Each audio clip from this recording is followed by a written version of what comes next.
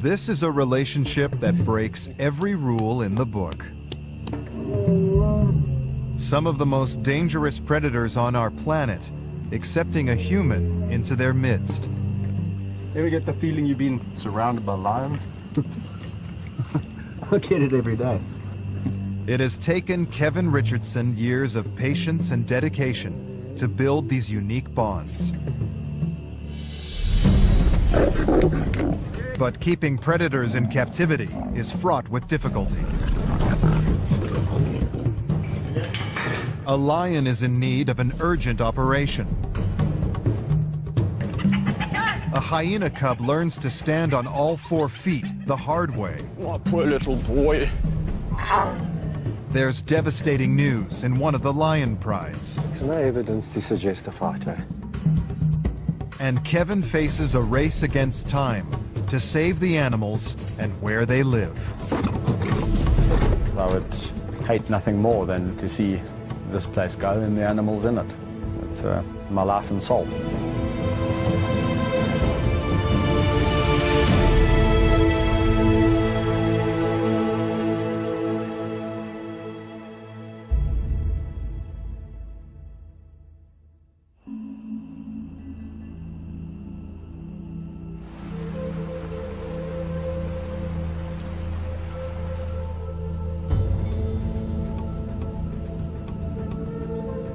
This is the kingdom of the white lion, a 700-hectare private wildlife sanctuary run by Kevin Richardson.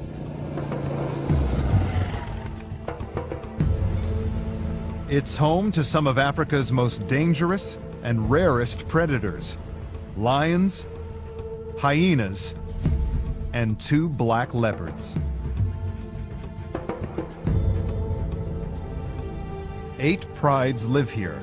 And in the Big Kings, the largest pride of all, there's a lion that needs an urgent operation. Hello, Rafik. Come lie down here, my boy. Come lie down. 5-year-old Rafiki has spent his life with an ungainly saunter, and it's getting worse. He has an extra dew claw on both of his hind legs that shouldn't be there. They are a deformity and need to be amputated. Vet Jonathan Fish has been called out to remove them. I think you've seen it before. The dew claws? Yeah, but his ones are not as integral. They're not as attached. They're kind of like just hanging on by a thread of skin. Yeah, and when he walks around, it just flops around, you know.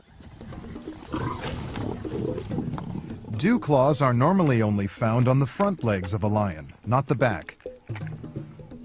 They act like thumbs and are used to hunt and hold down prey while lions eat. But Kevin is worried Rafiki's redundant dew claws could be accidentally torn off, with the risk of serious infection. And by removing them, he hopes it will help the ungainly lion to walk properly. Before the operation, Rafiki needs to be anesthetized. So I think what I'll do is I'll just entice him with some pieces of meat. Yeah, Rafiki. Yeah. They use a pole syringe to inject him with the sedative. Yeah. Bully, I'm going to just time it. Leave you alone. Okay. Leave him alone. Let's go. Anesthetizing a lion is risky. The dose is difficult to judge. Too much, and his heart could stop. Too little, and he could wake up early. Yeah, quite a hard dose. Yeah, he's going down like a ton of bricks.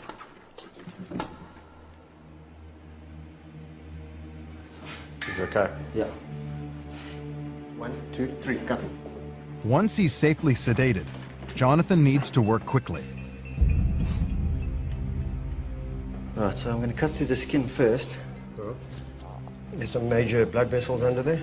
Yeah, there's a big blood vessel that supplies the skin. Yeah. And there's a big one that supplies the claw itself. I mean, if you can imagine having that attached to your leg and walking around with that, it must be highly irritating. No special technique there, you just... Okay. Thanks. Sure, look at that,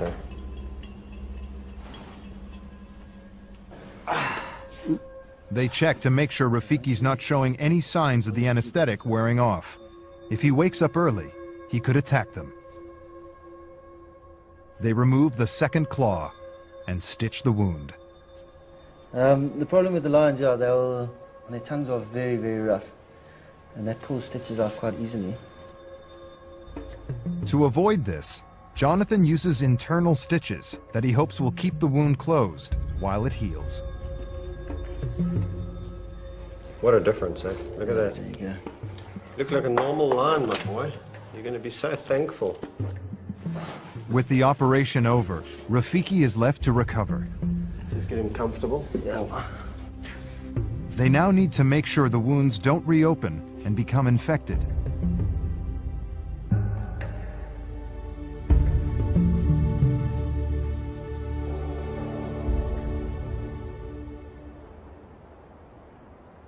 A few hours after the operation, and with Rafiki just about on all 4 feet again, he's released back into the big king's pride. Probably got a huge headache. So Rafiki's just come out and he's actually just trying to find some peace and quiet. He's gone to a spot in the shade and the youngsters keep pestering him. All the adults couldn't really be bothered. They've understood what's going on, I think. They've said, okay, leave him alone, he looks a bit grumpy. But not the youngsters. They are curious about these bandages and the smell of these bandages, and they keep on harassing him, and he's getting up and giving them a good beating and then going back down.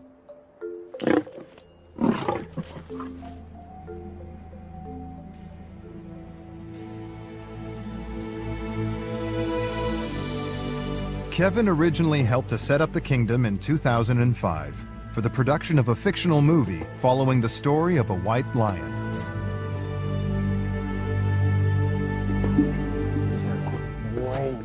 The retired stars of the film now live out their days here, alongside some of Kevin's favorite lions from his former job at another lion park.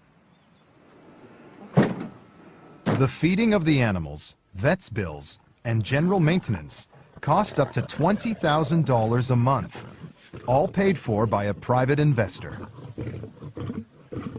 But now the funding is running low, and Kevin needs to find a way for the park to become self-sufficient.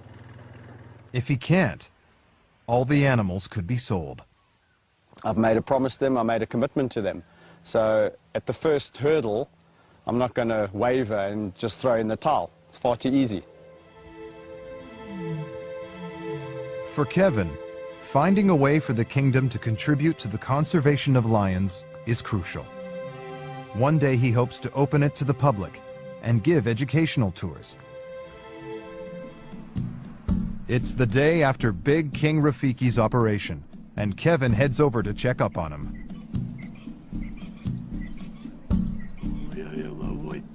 The cubs have tried their best to pull off Rafiki's bandages, but with no luck. There we go. There we go. Now you can have some. Now they do need to be removed. Kevin has 2 choices. Put the lion through another risky anesthetic, Let's all flop on each other. or chance taking the bandages off himself. Kevin's insight into the pride dynamics is crucial in judging the right time. Pick the wrong moment, and he will be at the mercy of over 210 kilograms of angry lion. He's in a much better mood. He's recovered quite well. And he's a lot less grumpy than he was yesterday. Eh? And I think, well, he's in a great mood. I'm going to try and take his bandages off. If I can cut through the whole length of it, he'll be able to pull it off himself.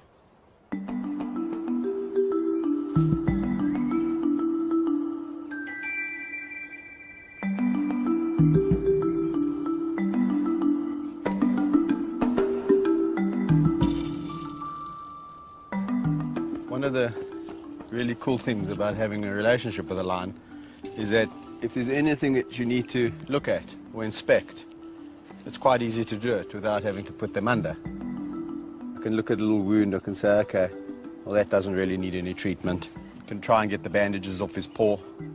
Don't have to knock him out again. That flicking, I'm really irritated with you. Okay, got it.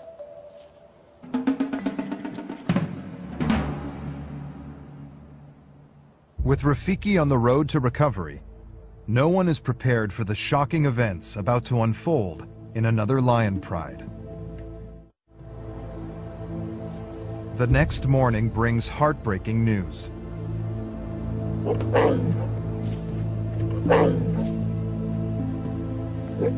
Lion cub Vaetzi is alone and distressed in his enclosure.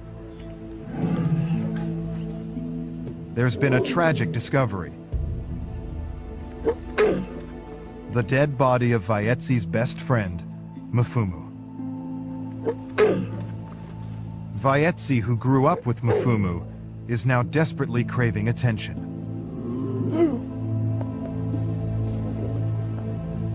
For the last 5 weeks, the two cubs had lived in a pride with 3 older lions, Tristan, Zippo, and Nash, following their successful introduction. When I got here, all the lions were around Mfumu's body, and what was quite disturbing is when I got there is that his stomach area had been opened up, so it looked like they had been feeding on him. Yesterday he seemed fine. Just before I went home, so he definitely wasn't sick. Vaetzi is a little bit scared, but I've just phoned Kevin as well to let him know what has happened, and he's on his way here. The discovery is a shock. Rodney fears the 3 older lions may have attacked and killed cub Mfumu. For Vaetzi's safety, they've been separated and put in another enclosure. As soon as Kevin arrives, it's vital they determine how Mfumu died and whether the older lions were responsible.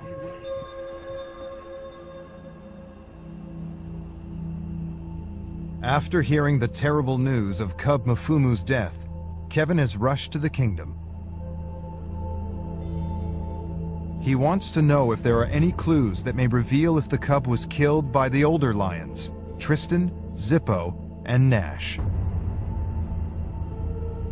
Although Mfumu and Vaetzi had lived apparently happily with the pride for over a month, introducing new lions always carries a risk.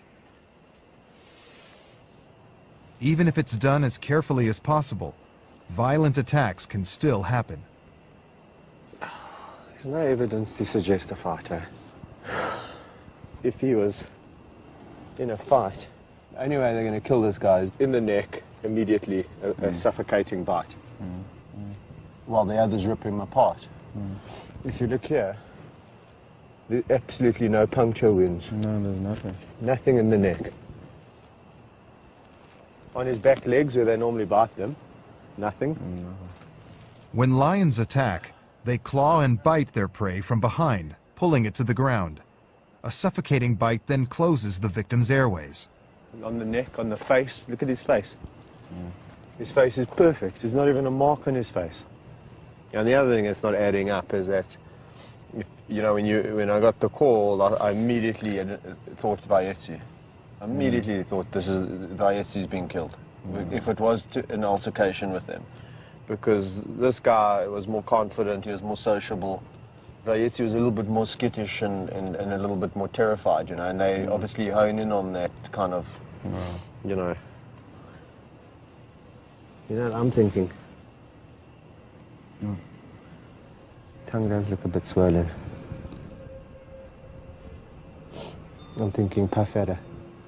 His tongue swells up, he can't breathe. The puff adder is a highly venomous snake. One bite on the throat could be enough to asphyxiate a young lion. And that's what Kevin believes happened to Mfumu. Don't even know what to say. I think what we need to do is maybe today just bury the body. No.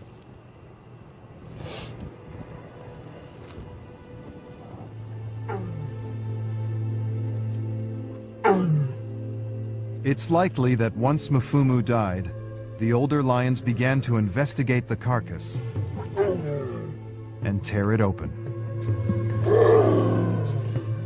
The truth be known is that it does happen. It happens in the wild, and it does happen in captivity too.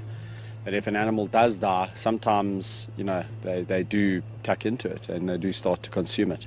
And sometimes once their carcass opens up, they kind of like feeding instinct and frenzy takes over.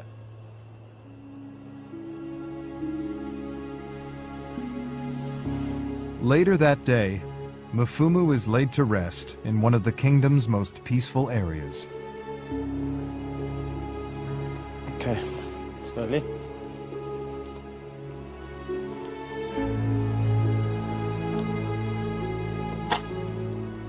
Kevin is now faced with a dilemma. What to do about the remaining cub, Vaetsi.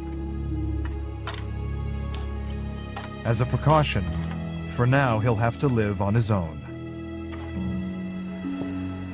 We can kind of give him the attention that he kind of requires at the age that he is now, but ultimately he's going to grow up alone. So we need to seriously think about what to do next. And I don't have the answers at the moment. I'm just trying to get over what's gone on and how to deal with the circumstances. After seeing his fellow pride mates feeding on Mfumu's body, Vaetsi is now timid and scared. Come here, my boy. Kevin doesn't want to risk putting the grieving cub back with the older lions in case he's picked on.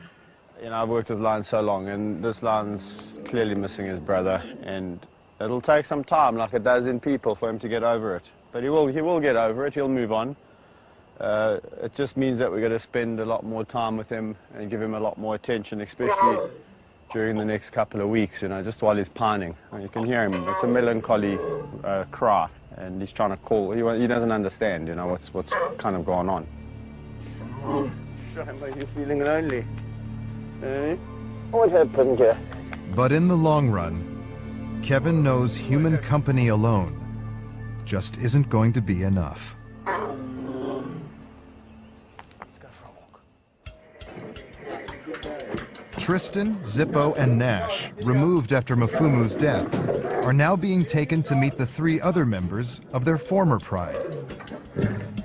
They're going to be reintroduced to Bobcat, Bandit, and Gabby, the other half of the so-called terrible teens. Run!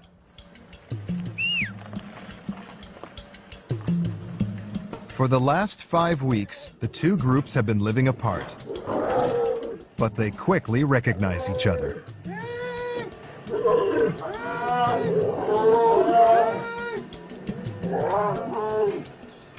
When Mfumu died, obviously that's created a bit of a problem. And what we've decided to do is let this group reunite. So the 6 have got back together. That was very peaceful. Maybe that's because you all know each other now, eh? It's a good group of lions, man. That's what I'm... This is the last empty enclosure. But now the terrible teens' pride is moving in full time. We certainly have a space predicament now at the kingdom because we don't have one free area to put lions in. This is a bit of a problem because every time I want to rotate animals around, it means we've got to take a group of animals and put them somewhere else in like a makeshift area. So it's not the ideal situation. With the reformation of the pride, the kingdom has reached capacity, and there's no money to build new enclosures. Finding ways to fund the kingdom has forced Kevin to look outside the park and outside his comfort zone. So today I'm doing a motivational talk, just talking about the lions and talking about what I do. I must say I'm feeling very, very nervous, but I think hopefully it's going to go well. Don't know what to expect because I've never done one of these before. Getting off the point, this chap is fascinating, and we reckon if we all put our resources together, we might yet save this planet. Ladies and gentlemen, please put your hands together for Kevin Richardson.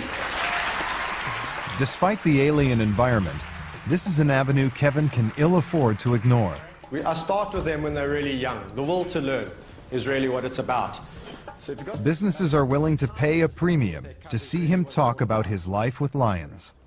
None of the animals that I interact with are truly wild, as in the definition of going to the Kruger Park or into Botswana. This picture did the rounds all over the world, people saying this is this crazy ranger from South Africa, and he came across this pride of lions, and he made a really special bond. He just whispered to them. So when I read this, I was quite amused. I thought, okay, well, and I was a bit worried. I thought, oh, geez, what's going on there? People are thinking these things which aren't true, really, about me. With this first public talk under his belt, Kevin is hoping that there will be more lucrative bookings in the pipeline. Back at the kingdom, Cub Vaetsi is still grieving for his best friend, Mfumu. With the lion's welfare at stake, Kevin decides there's only one solution. He's hoping that his former employers at a nearby lion park may have a cub of a similar age that he could pair with Vaetsi. One of our lions is in desperate need of a partner. Yeah, and he's a bit lonely. Yeah. I'm 99.9% sure we can help you out. Cool. Is it? I mean, obviously. Welcome to it. If it's platform-wide. So that's really good news. The lion park does have some females of the age that we require. So it looks like Vaetsi is going to get a partner, and this is excellent news because he's been pining over the last couple of days. He's really, every time you walk past the enclosure, he's calling and calling. The next day, Kevin heads off to the park near Johannesburg. Yeah, good, whoop. They're going to meet several hand-raised lion cubs under a year old. Kevin and Rodney feel confident that the cubs are still young enough to start building a relationship with them, and crucially, with Vaetsi. Hello, my sweetheart. Hey, are you coming to a new home? Are you coming to meet Vaetsi? They're looking for a female, likely to be more submissive around the traumatized male cub. You're quite a feisty bunch. Yeah, we're going to have to instill some discipline. There is one perfect year-old lioness, but she has a sister, and the park doesn't want them separated. It's an extra mouth to feed, but the two show they might just have what it takes to win over Vaetsi. I think this is absolute perfect age for Vaetsi because they're slightly smaller than him, slightly younger. There's two of them. He needs a bit of confidence boosting, so he's going to feel a lot more relaxed interacting with smaller lions than he. Having spent their entire young lives at the lion park, the lionesses are not accustomed to being loaded into a van. Come on! Oh! Finally, with the help of a few tasty treats, they're on their way to the kingdom. But the big test is yet to come. Will Vaetsi accept them?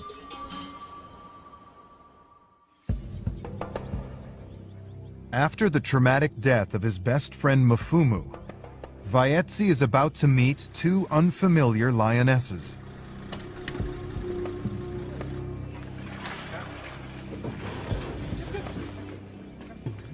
The newcomers, Livy and Ginny, are nervous.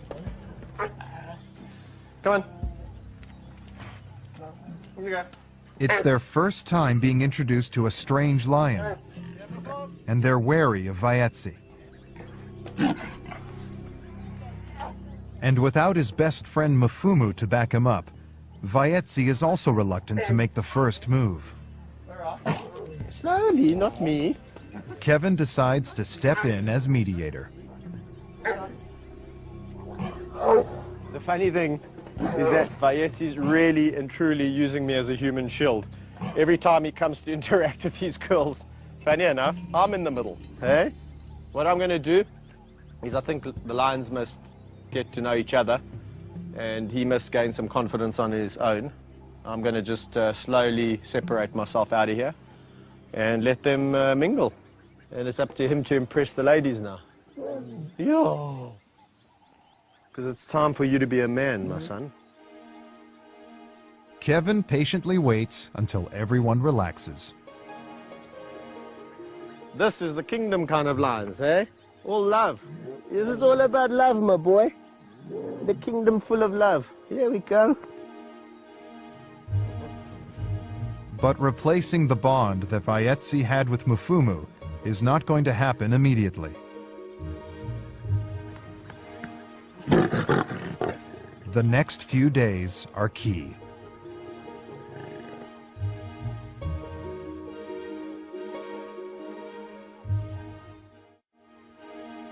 Over in the nursery, the young hyenas are also about to meet a new friend. Abandoned animals born at the kingdom are brought here to be socialized. 4-week-old cub Max was hand-raised after a deadly power struggle between the females in his clan ended in his siblings being killed. Hello, my boy.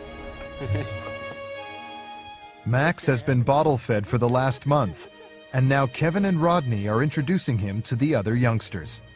Look here. It's important he learns to mix with other hyenas while he's still young. What's that? If he doesn't, he risks never being able to live in a clan. Listen, you guys, you better behave. Behave yourselves. Hold on. Today is the very first time that he'll be let free with the other excited cubs. Grabby here, give you a height advantage. It's a tense moment. Let's take that out the way. Even young hyenas can be highly aggressive when sorting out their hierarchy. Okay, slowly, slowly, slowly, slowly. It's just excitement, and they're all just trying to tell him, "Hey, this is me. I'm Woody. I'm the boss here." And then they're all taking turns and saying, "I'm Benza, and and they're trying to get in his box."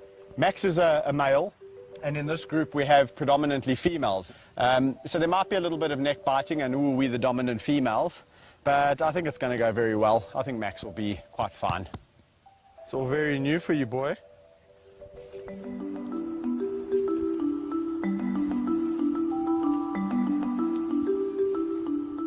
So this is part of the socialization process, and we'll be doing this on an almost daily basis with Max. Every day, just give him a little bit more time with the hyenas. He can spend the days here, and then ultimately the night. There we go. The future for Max and other animals depends on Kevin financing the kingdom. To generate income, he plans to open it to the public. But first, he needs to find the investment to build suitable facilities. To help raise money, he recently set up a local volunteer program where people pay to help out at the park. For me, it's a way of getting involved and trying to make a difference. I think we live in a beautiful country, and I think this is just my way of getting involved. I think everybody has to pick what you're passionate about, and this is mine. So, yeah, I'm looking forward to working here for a long time. Kevin's wife, Mandy, is visiting the kingdom along with their son, Tyler. With the local volunteer program proving a success, there are now plans to expand it internationally. Taking paying guests from overseas could provide a significant income. But first, they need to work out a program worth paying for. Hello, Daddy. Hello. Did you enjoy your drive? I've just been thinking now in terms of the work. I was thinking like anti-poaching, so going out and looking for traps and things, river cleanups on the riverside, bush cutting, fire breaks, fence maintenance, or in terms of checking, fixing, and then possibly that idea we were thinking about the camera traps and setting up the camera traps just to see what actual wildlife is naturally occurring here, but just to get some records and see what actually is going on out there. You know, I've been discussing with Rodney about putting collars on some of the jackal that occur naturally, the leopard, the brown hyena, and seeing their movements and seeing their whereabouts. And so together with the camera traps, fantastic. I mean, we've got a natural diversity and wildlife in this area that also needs conserving.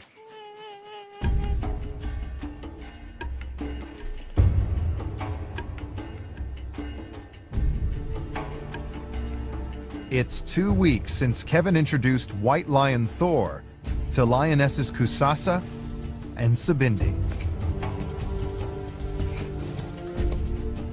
He decided that Thor, having spent his life as a bachelor, needed some company of his own kind. Lions are the only truly sociable cat, but it seems Thor is the exception.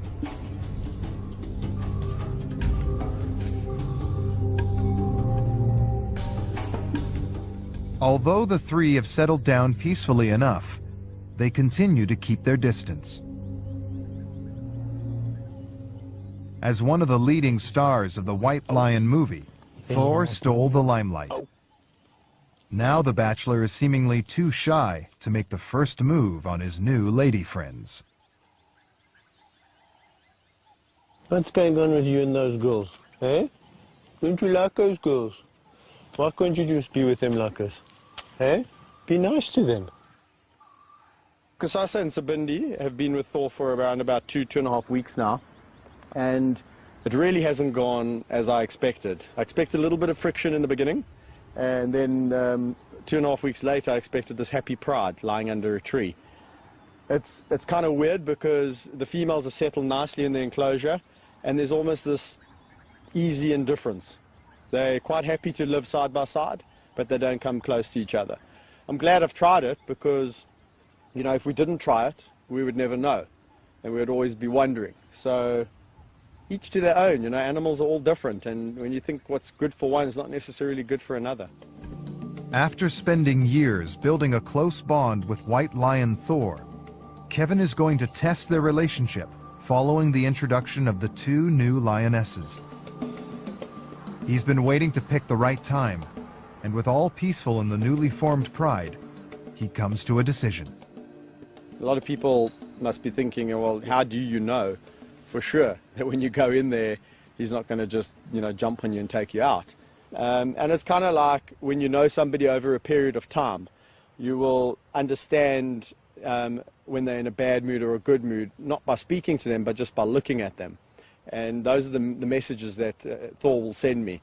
I haven't noticed any of that of late, so I'm going to take it one step at a time and see how it goes.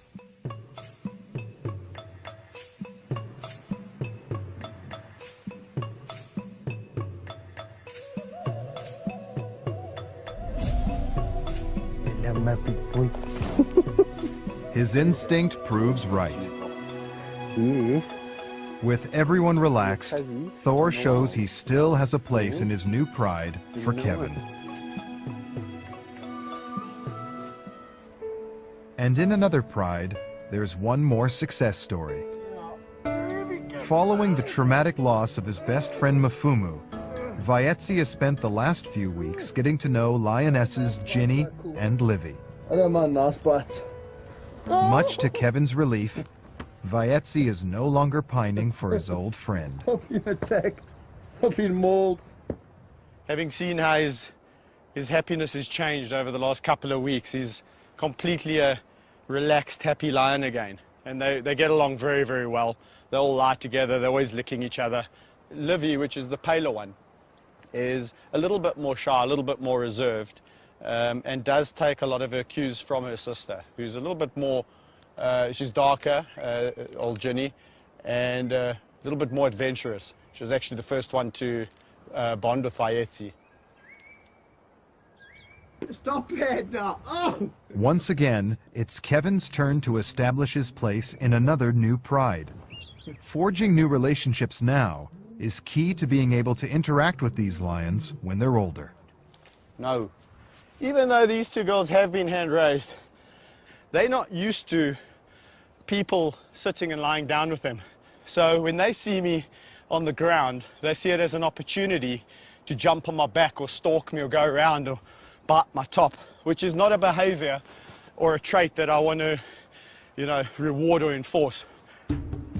Why is it whenever I wear a fluffy top you want to eat me? The three lions put Kevin through his paces. Stop it! It's vital for Kevin to weed out behaviors like this now. What may be playful to another lion is far more dangerous to a human. Stop it!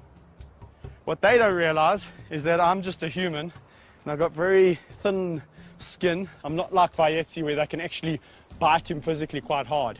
So every time they bite me, I'm trying to show them that I don't like that. Don't bite me hard. Ay, ay, ay. Don't bite hard. No. So things like lying down, teaching them not to unsheath their claws, all that kind of stuff has got to be instilled now. How do I do it? Just come in here, spend time with them. When they exhibit a trait that I don't like, I discipline them. Generally when it's in play and we're just sitting around and I'm tickling her and then she tries to bite me hard, just give her a gentle no. Hey, no. Her ears go back, she gets the message. And it's the most amazing, they learn very quickly. Those girls are naughty. And in fact, they're a lot more abusive than I am. I've seen lions this age in a pride get a hell of a smack from the old man because they're really getting on his nerves. Don't chew me. Don't sneak up behind me.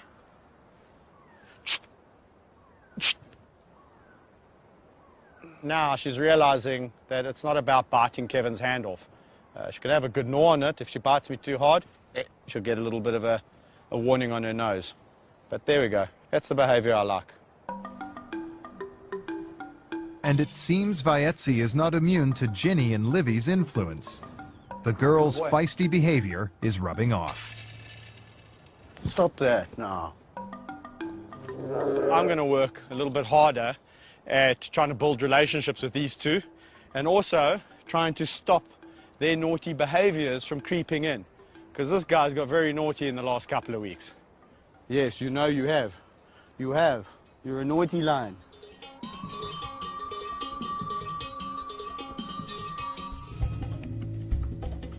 From the other side of the kingdom, there's alarming news. A bushfire has broken out and is being fanned by high winds. Without road access, it would take hours for the fire service to reach them. It's up to Kevin and his staff to try and contain it. There's two things. I mean, it could burn the whole farm down, then the animals have got nothing to eat. And also it can trap animals unnecessarily. Thank goodness it's far away from the lion store. But I've seen the wind turn, eh? When the wind starts to pump, there's nothing stopping this fire. So we need to get this fire out now. Come on. Bushfires are a fact of life in South Africa. But they can have devastating consequences, destroying vast swathes of land and anything in their path.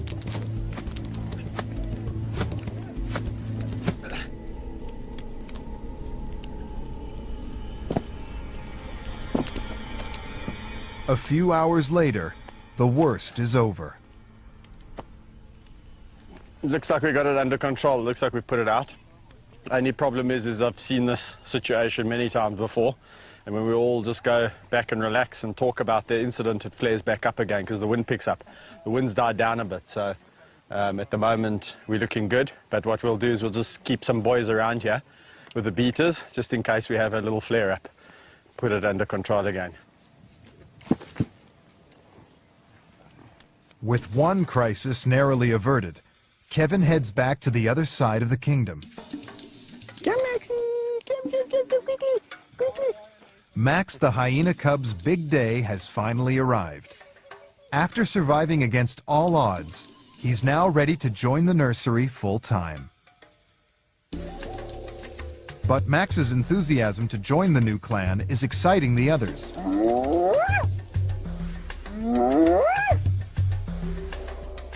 Before Kevin has a chance to take him into the enclosure, Max suddenly makes a run for it, disappearing behind the nursery's fence.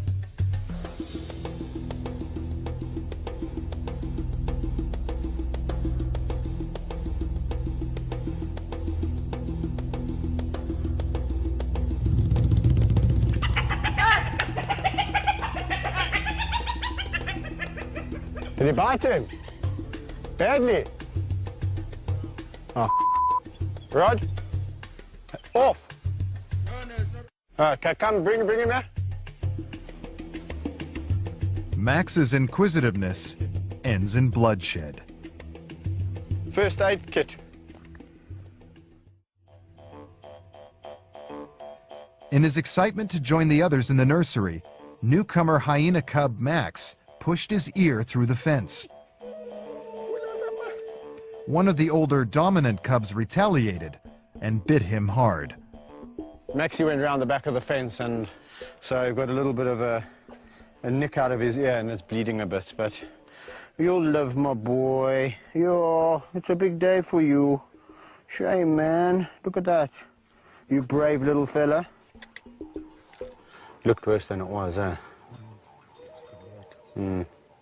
So it's not atypical for a hyena adult to react to a young hyena like Max. Max was excited, you know, running around the pens, and everyone's, you know, excitement was just a little bit too high. And he managed to, you know, grab him through the fence. I'm going to put you in with those terror. Now, there you go again, you see? There you go again. A little bit more cautiously this time. You know, hyenas are so tough. A little wound like that would probably send a human being baby to hospital for a couple of days. With Max recovered, Kevin takes him into the nursery. In no time at all, the cub forgets about his sore ear and starts to befriend the new clan. But the biggest test is still in store. At the end of every day, all the nursery residents are safely shut away in a night shelter. If Max manages to spend the night unscathed, he will be on his way to establishing his status in the clan.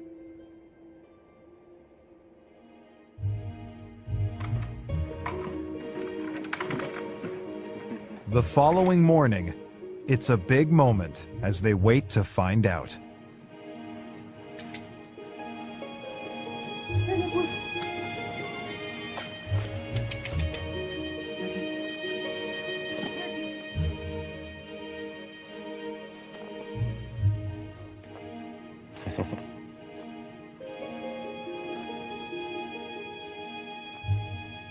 This morning we came, and you're always a little bit apprehensive, but when Rod let them out, they all sprung out of the nursery, no bite marks, all just one cohesive unit. So I think it's really well done on all fronts, you know. From the fact that Max actually survived. He was just so tiny, and we were so lucky to actually intervene when we did, because I guarantee you if we didn't, he would be dead.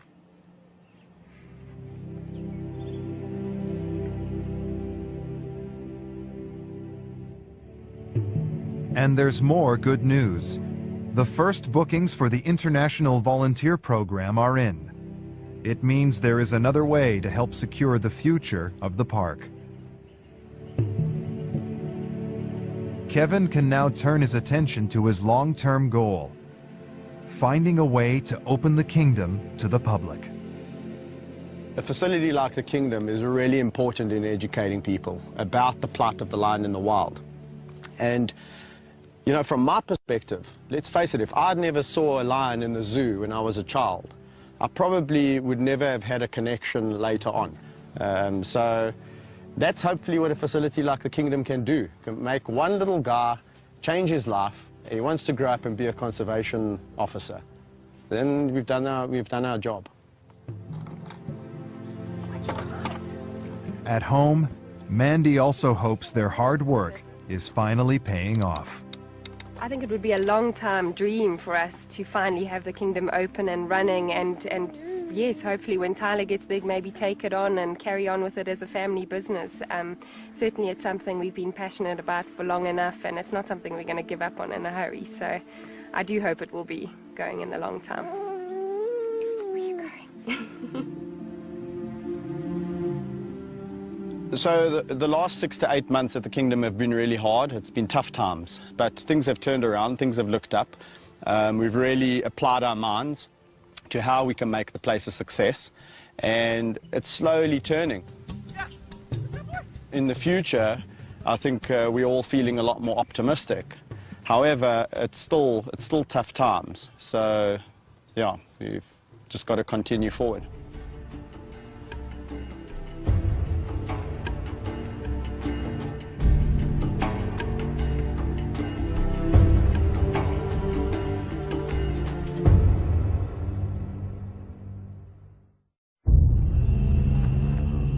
This is a relationship that breaks every rule in the book.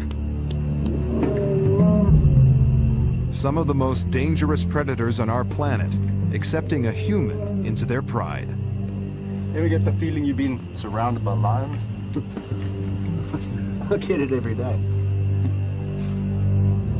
It has taken Kevin Richardson years of patience and dedication to build this unique bond. Come. Let's go.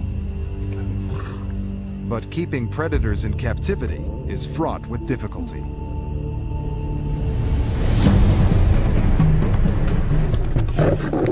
An angry lion needs help. A hyena cub is saved from certain death. Here we go, my boy. And when lions meet, they clash. All while Kevin tries to keep his dream alive. I would hate nothing more than to see this place go and the animals in it. It's my life and soul.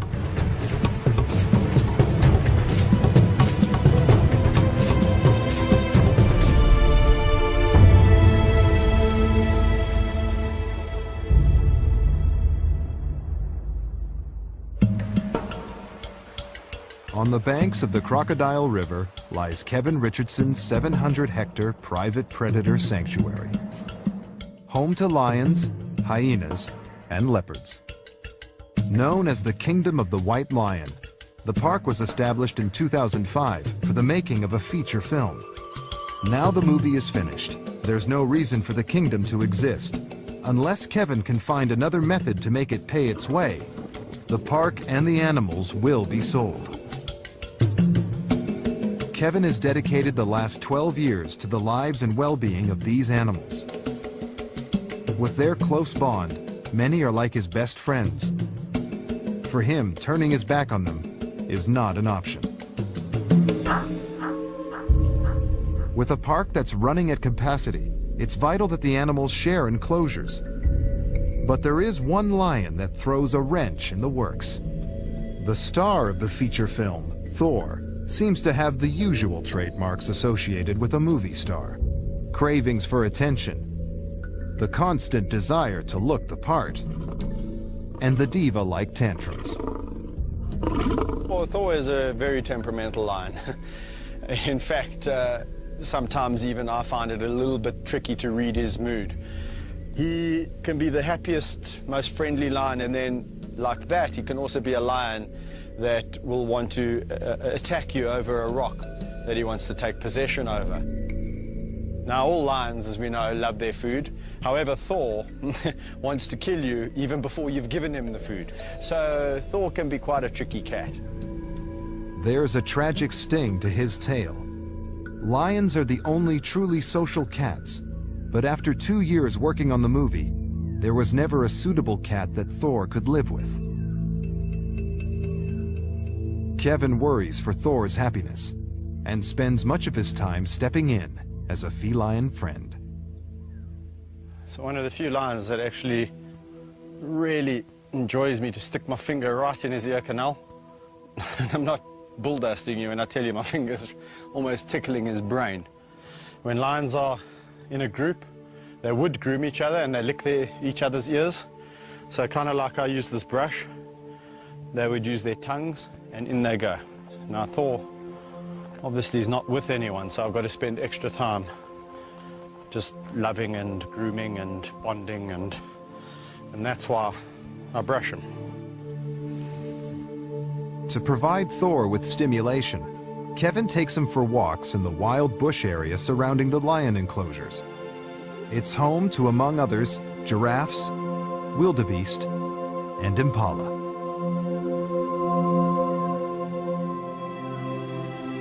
Finding a suitable partner hasn't been easy, but Kevin's had a breakthrough.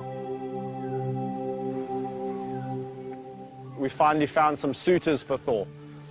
2 lionesses, Kusasa and Sabindi.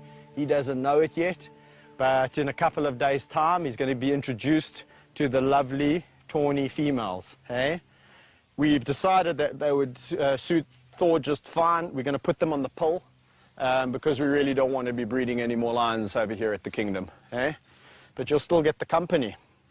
It'll be nice. On the other side of the kingdom, in the hyena clan, there's trouble. Mother matriarch Gina has been fighting for dominance with her daughter Oslo. Their power struggle ended in murder as they cannibalized each other's cubs. There's just one survivor, and Kevin has had to take drastic action.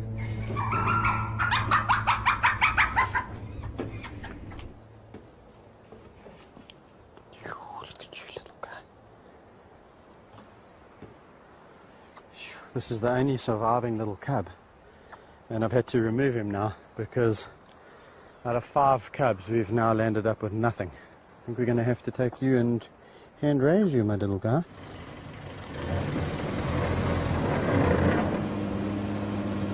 The responsibilities that come with taking a youngster away are tremendous, because now you are basically becoming its mother.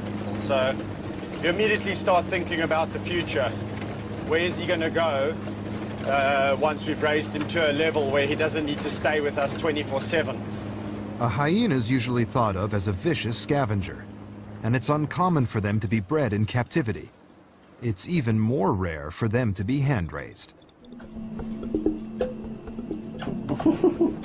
Here we go, my boy.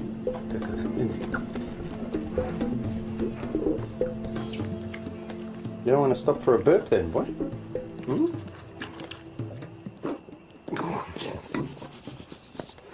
You're a greedy guts, that's why. You eat too quickly. You eat too quickly, my boy. I can feel all that air. Your stomach's hard, man. You need to get rid of that air. Okay, okay. Can you eat like a milkshake? Hmm? Unable to defecate by themselves, a hyena mother would stimulate bowel movement in her cubs. But without mother around, it's up to Kevin to lend a helping hand. They don't have the bowel movement or the ability to push it out on their own. So it'll come in another week or two. And you can feel now he starts to push. Once the, ooh, here he comes. Ooh, I can smell it. Not my favorite job, but one does get used to it. So after little Max, I think we're going to call him Max, has had a good feed and relieved himself, it's a perfect time and opportunity to introduce him to the dogs. Come, let's go and play.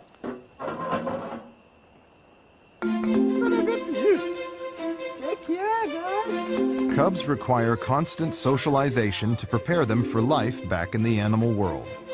Over the years, Kevin has found help at hand on his own doorstep. He's seen, Valentino's seen many animals come through the house, so he's generally very good. He's been... Valley, stop it today. Slowly, boy. That's how you call him back. Because that little high pitch is, that's something that we found over the years they respond to. They make those sounds.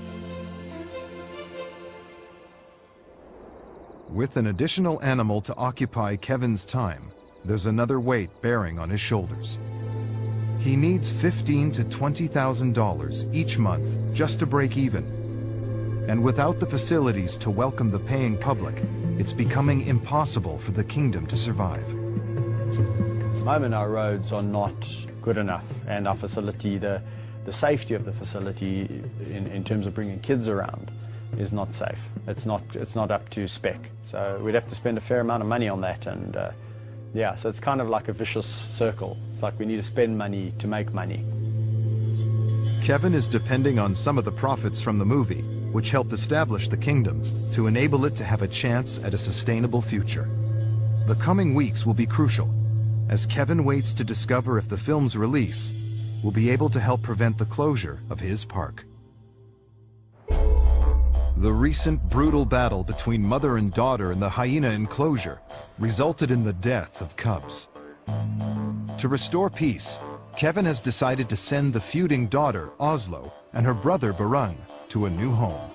At the break of dawn, park veterinarian Claire Speedy prepares to dart them, ready for their move to a private zoo in Southeast Asia. I'll try and get her side on for you. I mean, so you can get her backside. Nice one. For Kevin and Vet Claire, the priority now is to find Oslo.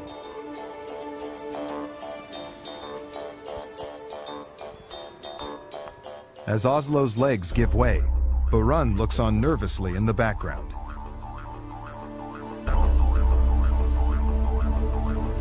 Just moments later, he too is stung by Claire's anesthetic dart.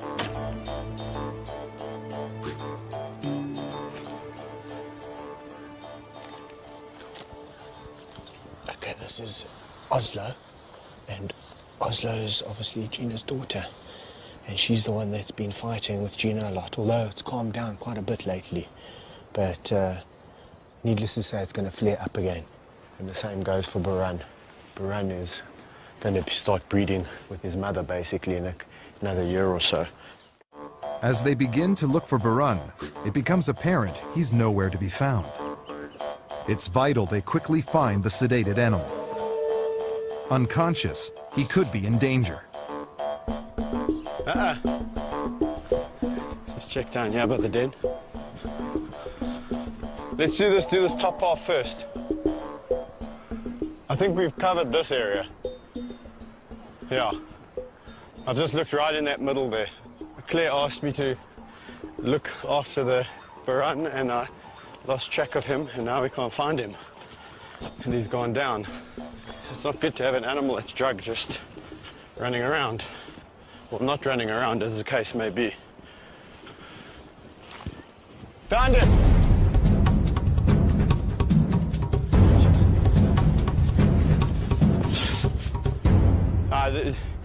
There's no ways he was here when I came last.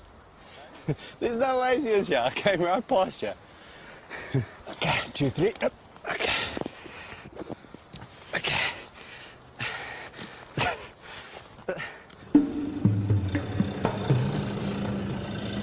A few hours later, Oslo and Barun are on their way to the airport, the start of a long journey.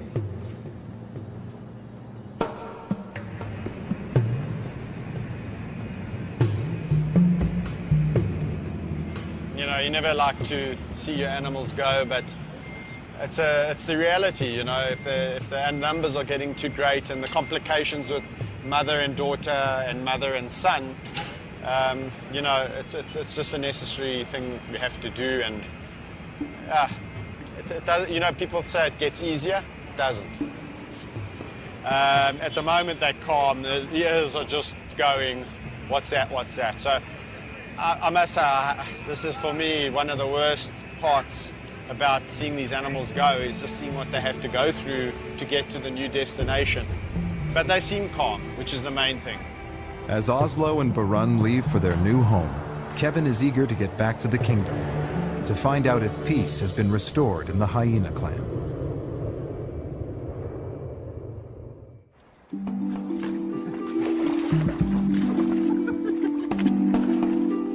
The following day, Kevin visits the hyena enclosure to check on the mood. Now the troublemaker has left the clan.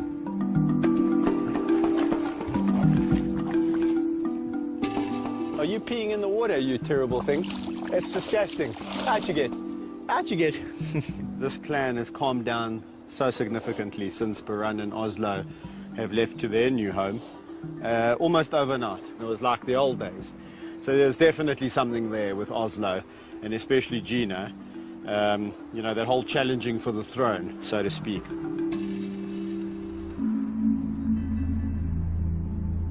The kingdom's nursery acts as a shelter for any of its abandoned animals. It's currently home to 2 lion cubs and 5 hyenas.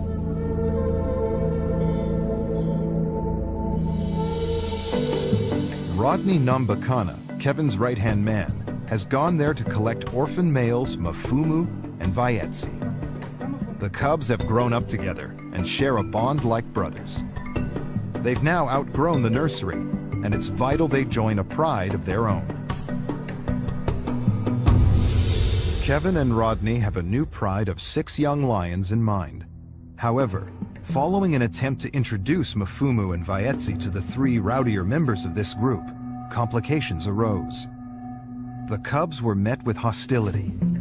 Kevin and Rodney have decided to reintroduce them to the unruly members individually, in the hope that this will prevent bullying. They start with leader, Bandit. Oh, this should be interesting. Mafumu places a reassuring paw on his friend and takes charge.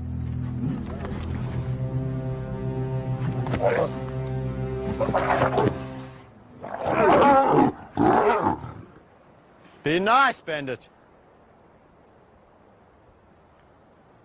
All get along nicely. Again, Mafumu dares to approach Bandit. Goes in to help, you see that? Slowly. Nicely, nicely. You see? No, no, no, no, no.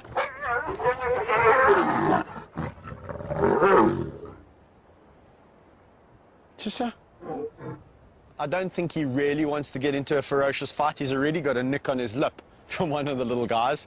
So his posturing is, look how big I am. I'm a big bandit, and I'll put you in your place. And these guys are like, oh, ears back. Don't pick on us. And as soon as he makes a big noise, they roll on their backs, which is the submissive behavior. I think we're going to have to just leave it for a while and let them all settle, just the three of them, before we start releasing more individuals into this group, because it can become complicated very quickly. Let's hope it works out, because if this doesn't work out, I don't know what I'm going to do.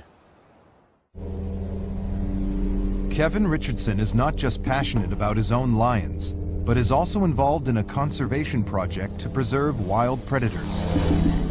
As a qualified pilot, he's received a request to help the sponsoring organization and heads 805 kilometers north to Botswana.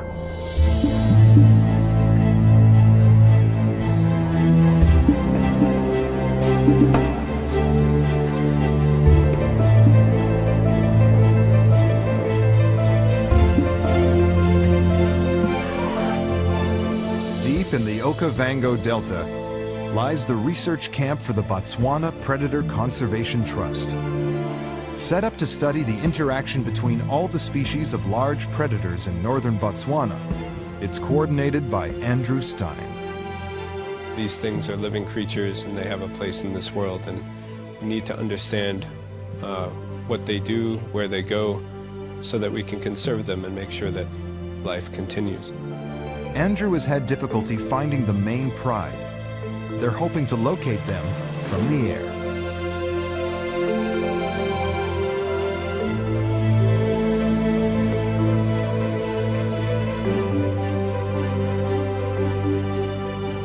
Yeah, we're quite close now. I've seen some vultures down here.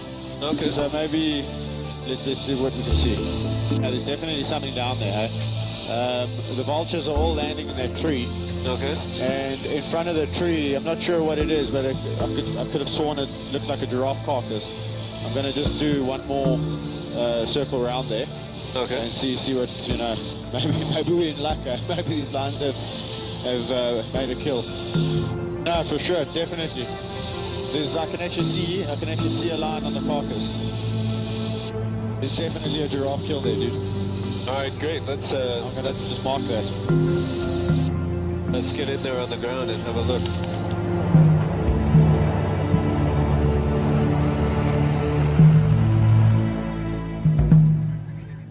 Armed with their radio equipment and coordinates of the kill, they head into the bush to find the pride.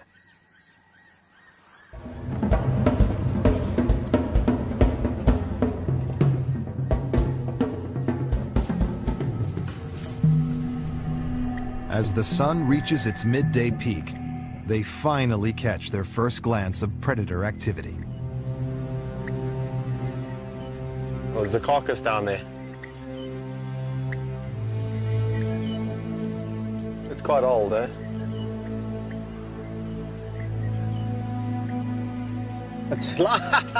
There he is. I can see him from here. Having tracked the male, they cautiously move in closer to try and catch sight of other pride members.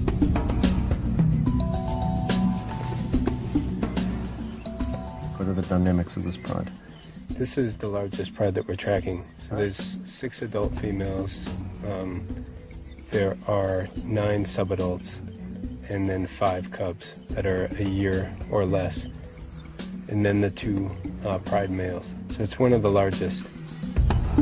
Kevin tries to prevent his own lions from breeding, but the story in the wild is vastly different.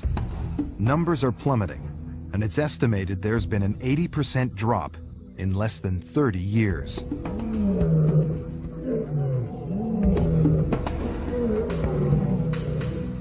Although Kevin has a close bond with his own hand-raised lions, it would be a death wish to attempt physical contact with any others.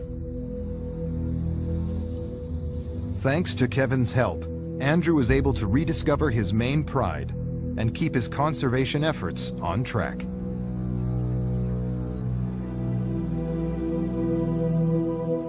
Early the next day, Kevin returns to South Africa. But there's a dark cloud looming over the kingdom. Everyone's been relying on the success of the feature film to save the day. The pressure of these expectations weighs heavily on Kevin as he awaits news of the film's commercial success. Cinema revenues are looking meager, and the financial situation is about to take a turn for the worse. The movie's been pirated along with a whole bunch of other South African releases that have been on circuit. And it's just so irritating. I mean, you work for so many years to put something out there, and then some, I don't even have the word for it, comes along and just cribs it and puts it on the street for, you know, a fraction of the price. The consequences are far-reaching. And it goes as far as the kingdom, because if the movie did well on, you know, combined theatrical, DVD, TV, the situation would look a lot brighter here. Pressure is mounting, and unless Kevin can find a way of raising much-needed cash, the future of the kingdom's residents looks bleak. If the film, you know, for whatever reason now doesn't get out there, the consequences are that the park might have to shut down, and we might be having to find homes for 37 lions, 20-odd hyena, and the rest of the animals that live here. There is no easy solution. Lions will only be bought up where there's a demand, and at the moment I don't think there's much demand for lions. So quite frankly, I think unless somebody really came in here and bought them out, putting them down would be, a real option.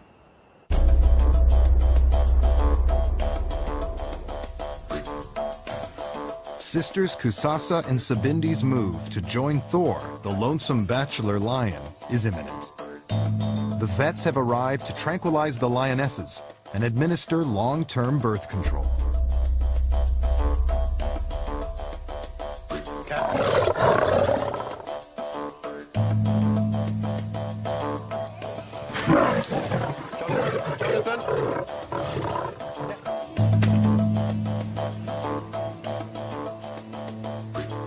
It doesn't take long for the drugs to take effect. And then they're fitted with a contraceptive implant. The device inserted behind their shoulder blades will ensure that they're unable to conceive for up to 3 years. The vets have another pressing procedure to carry out. Some of the lions have suffered from a mysterious outbreak of wart-like growths, which they're in the process of diagnosing. One of those affected is Kusasa. Secure in Thor's pen, the vets move quickly to remove the growth before she comes round. So Thor is clearly not happy, and it's because there's a lot changing in his life. He's moved enclosures. Now there's 2 lions that he can see and smell in his enclosure, and we are all here really irritating him. It's a delicate procedure. A wrong incision could sever a nerve ending. The removed growth will be sent to the laboratory for analysis in the hope of determining the cause.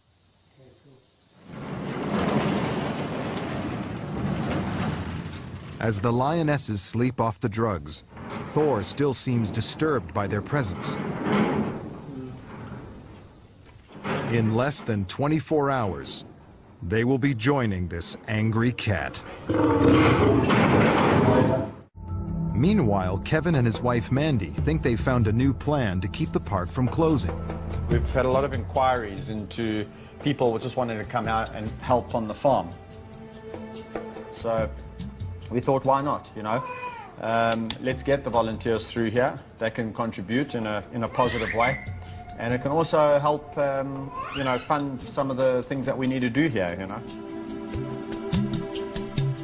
With a new baby in the family, Mandy in particular is looking at future ways for the park to support itself. It's not just about the income that international guys will pay to come through to us, it's about the working hands that we have on the farm. There are other things we are exploring to do with corporates and things like that at a later stage, but you know, every little bit counts towards running a big park like we have. At Thor's enclosure, the bachelor is about to meet the two lionesses for the first time. Kevin takes no risks before releasing Kusasa and Sabindi. Thor's still very aggressive. So I've had to bring the dart gun out and mix up some drugs for Thor, just in case I have to dart him to prevent him really tucking into these goals. So if it's getting out of hand and I feel that I might have to intervene, then this is what this is for. Fur is going to fly. I think people need to be aware of that. These are lions, they're not humans, and they have their own way and their own mechanisms of establishing hierarchy. One thing's for sure is Thor has to assert his dominance, and that's what he's going to do. Sure enough, Thor is living up to his temperamental reputation as he eyes up the new arrivals slowly coming round in his night pen.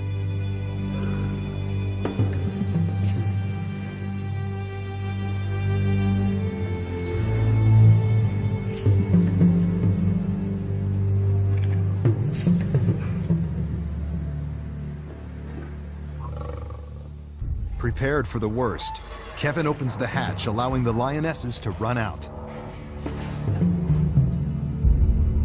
But true to his unpredictable ways, Thor seems indifferent to their presence. Despite Kevin's anxieties, the girls don't seem too concerned with their new roommate. As soon as food arrives, it's the perfect opportunity for Thor to show off his dominance. Yeah.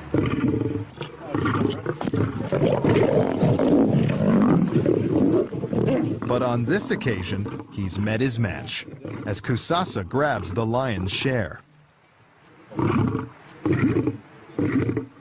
In the wild, this kind of behavior is what you would expect. If a male lion came across two females in the bush, he's a bachelor male roaming. It's not in his best interest to, you know, engage them immediately, because if he gets injured, that's the end of it. That could be the end of it. You know, from a wild perspective, Thor's behaving normal. Establishing a hierarchy will take some time, but in this encounter, the lionesses appear to be dominating.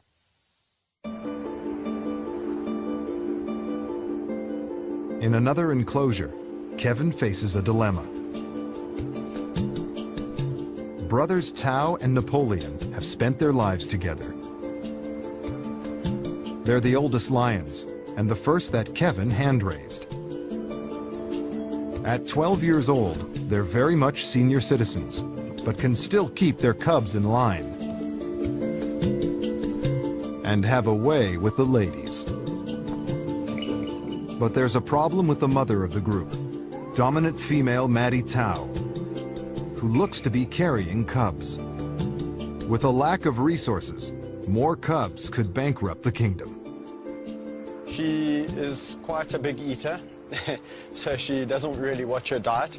But more than that, I've seen that the actual girth of her body is a lot wider. So I'm a little bit perplexed. I'm not quite sure whether she is carrying or whether she's just a little bit overweight.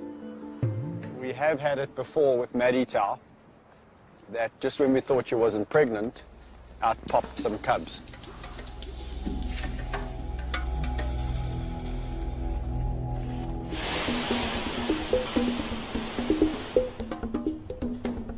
Maddie Tao has been separated from the pride. Fitting her with a new contraceptive implant is the only option. It will ensure she can't conceive, but also won't damage any existing fetus. Vet Jonathan Fish darts her.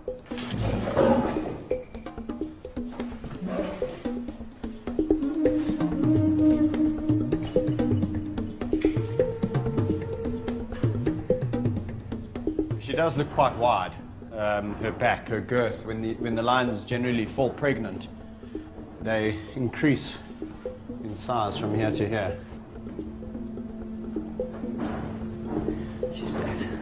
She's fat. Don't call her fat. Shame, Maddie Tao. You're just well fed.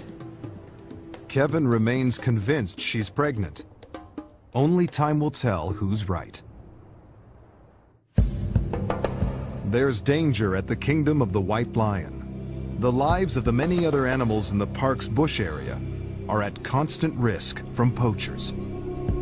Poaching is a huge problem for wildlife parks in South Africa, and the kingdom is not immune. Rodney is on poaching patrol. During a recent search, they found 20 traps, all intending to kill their animals. One side of the park has got fences and one side of the park has got the river, which basically makes us very vulnerable to poachers because they've got clean access or easy access through the park, so to speak.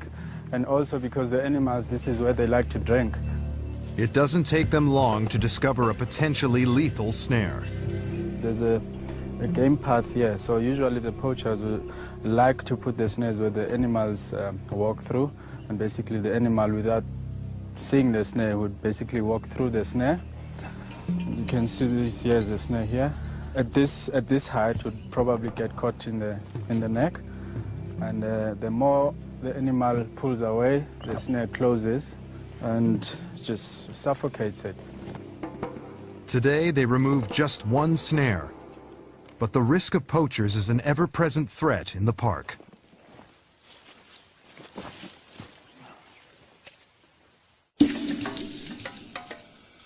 Back in the teenage lion enclosure, there's an animal that appears to be out of place. Spunnies has grown up with the lions and is a fully fledged member of Bandit's Pride. As the kingdom's pretend lion, he's never met a fellow hyena. Kevin and Rodney have decided, as the least threatening member of Bandit's troop, Spunny should be the next in the Pride to be introduced to Mfumu and Vaetsi. Despite Spunny's familiarity with lions, as soon as Mfumu and Vaetsi arrive, he's being chased around the enclosure. But help is at hand for Spunnies when his old friend Bandit is released for his second encounter with Mfumu and Vaetsi. Kevin's hoping it will be a more peaceful affair than last time.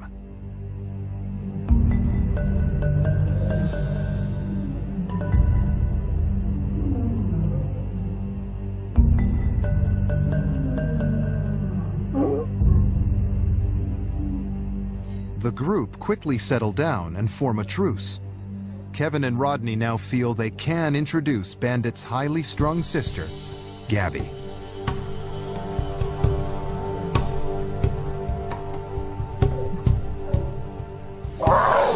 With backup in place, Spunny's confidence kicks in.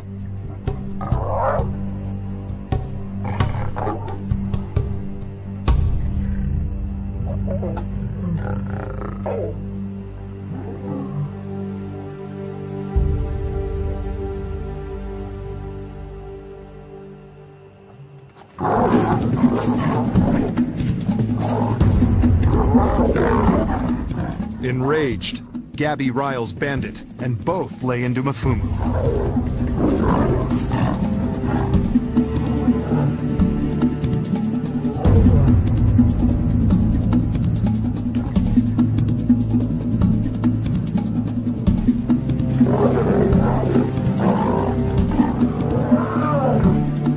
Stop it. Stop it.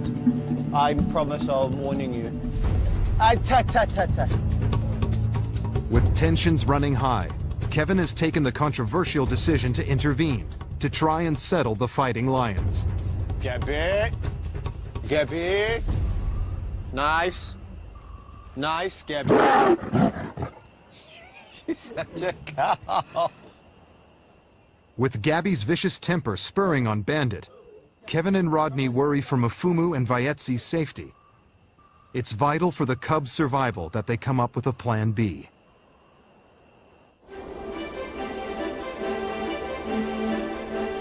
It's an early start at the kingdom. After yesterday's failed introductions, Kevin and Rodney have another card up their sleeves.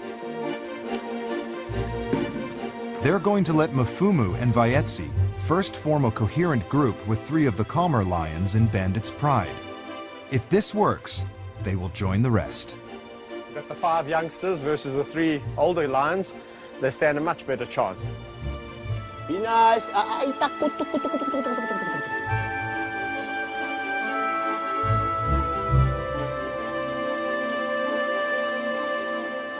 As time goes by, the tension's easing, it's getting easier and easier.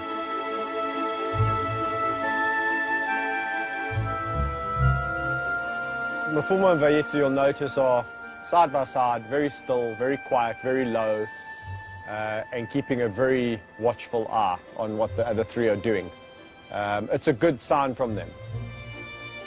It's been a successful morning for Mfumu and Vayetsi.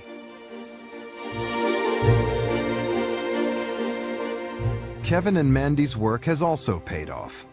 The local volunteers are starting today. It's quite exciting, but also quite nerve-wracking from my perspective. There comes an added risk of now you've got extra people walking around the park. You don't know where they're sticking their hands. Got big predators in there that can kill you. So there's always that in the back of my mind. You know, I think 99% of it is pure logic, but you never know. Hello, hello. Hello. Nice to meet you. Yeah, you too. You too. How's it? Hi, I'm Kate. Kate, nice to meet you. Kate. Corin. Yes. I'll forget all your names in a second. Renee. Renee. I won't forget that because it's my second name. How you doing? Good, good. Welcome. Take and pass and go. Thank you. Cool. Oh, well, that's a good thing. Okay, thanks for all coming. It's really nice to have you all here, and I hope you're going to enjoy your volunteering at the Kingdom. It's an exciting phase to be part of, because one day, should the Kingdom be this, world-class tourist facility, you guys can say, well, I had a part to play. Following their induction, the volunteers are taken on a tour of the park and are eager to see Kevin interact with the animals. So Alex, Kaiser, Siam. Siam's a really fantastic tawny lion. Hello, Kaisi. Are you in a good mood today, boy? Oh. Okay, so he looks like he's in a good mood. Kaiser, to give you an example, come, boy. Come, Simon. Sammy. Oh. So lions will do everything in their time.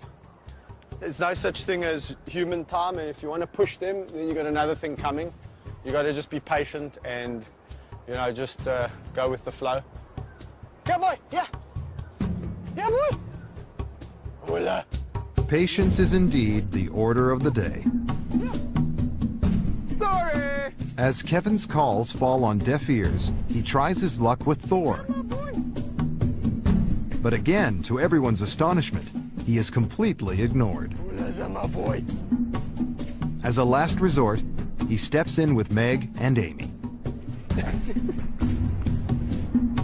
who, true to form, give him a boisterous greeting. Free labor from local volunteers like these is invaluable. But if the park's going to survive, then Kevin and Mandy will have to come up with more radical plans. Following Lioness Maddie Tao's procedure to have a contraceptive fitted, it's been a waiting game to discover if she is pregnant, or, as the vet thought, overweight. So Maddie Tao, it appears that she's a little bit overweight, and she's not actually pregnant.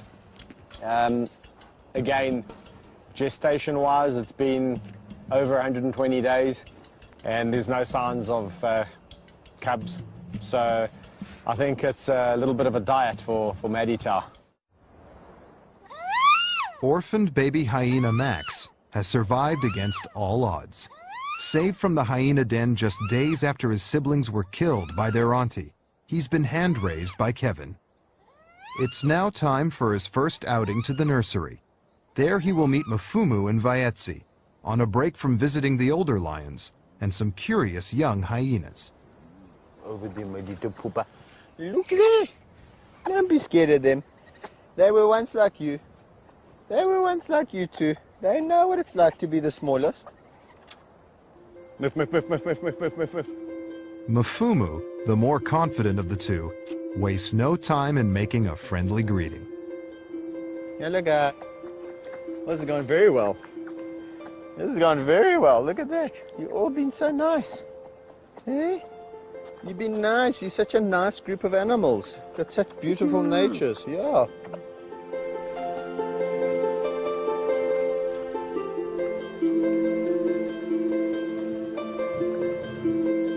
Slowly. We all get so excited. Yeah. It's so exciting. All Woody's trying to do is exert her dominance. She's the oldest female here. So at this stage, she's the most dominant.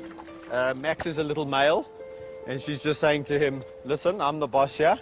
So if you come to my group, my clan, which involves 2 lions, I'm still the boss. Just as the youngsters settle down, Mfumu decides to show his affections.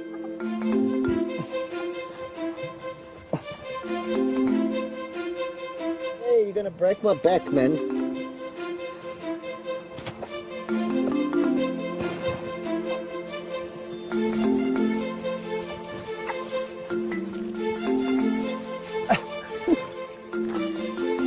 Okay, get off me, Mfumu. All right. It's enough. Goodbye. Bye, guys. I think Max has really done well. He's gone in there with the right attitude. If he went in there with this aggressive, cocky attitude, then they would sort him out very quickly. He went in there all submissive and cute, and hey, how can they not like that cute face? Hey, I'm just a youngster, yeah. Yes, I just want to be accepted. Yes. He's going to do just fine. He's a fantastic little guy.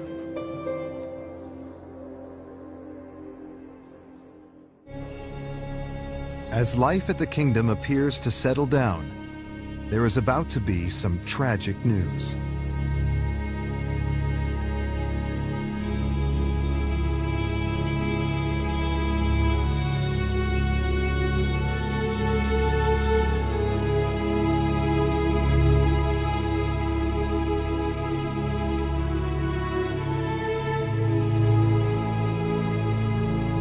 Lion cub Mfumu is dead.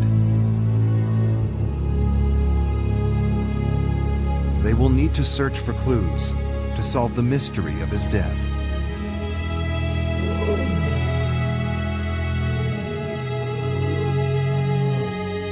In the meantime, his best friend Vaetsi is left alone.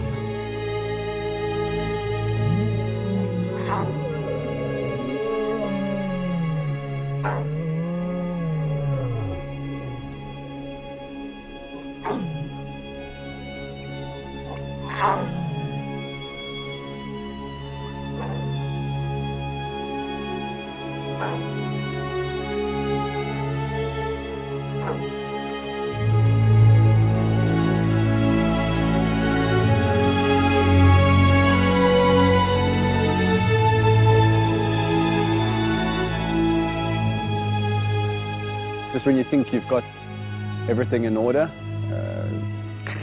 your whole world is kind of shattered. As Kevin mourns the death of Mfumu, the threat of losing the rest of his animals and the entire kingdom is about to become more real than ever.